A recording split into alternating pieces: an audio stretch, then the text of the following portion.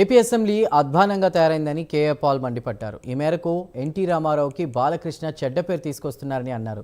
తోటి నటుడు చిరంజీవిని దారుణంగా బాలకృష్ణ తిట్టడం దుర్మార్గమని కేఏ పాల్ తెలిపారు. పనికొచ్చే వాటిపై దృష్టి పెట్టకుండా పనికిరాని వాటిపైనే ప్రస్తావనలు సాగించారని విమర్శించారు.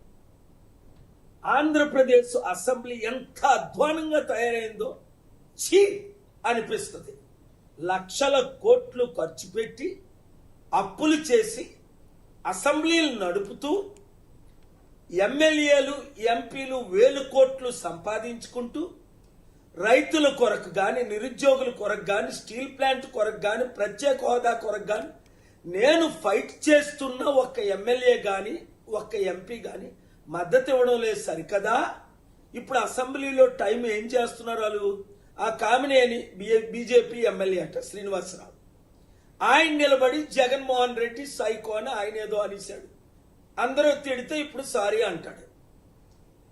మరి ఈ బాలకృష్ణ అయితే ఇంకా అధ్వానంగా ఆ ఎన్టీ రామారావు గారికి ఎంత చెడ్డ పేరు ఇలాంటి వాళ్ళు పుట్టడం, తాగేసి వచ్చాడని చాలా మంది అంటున్నారు.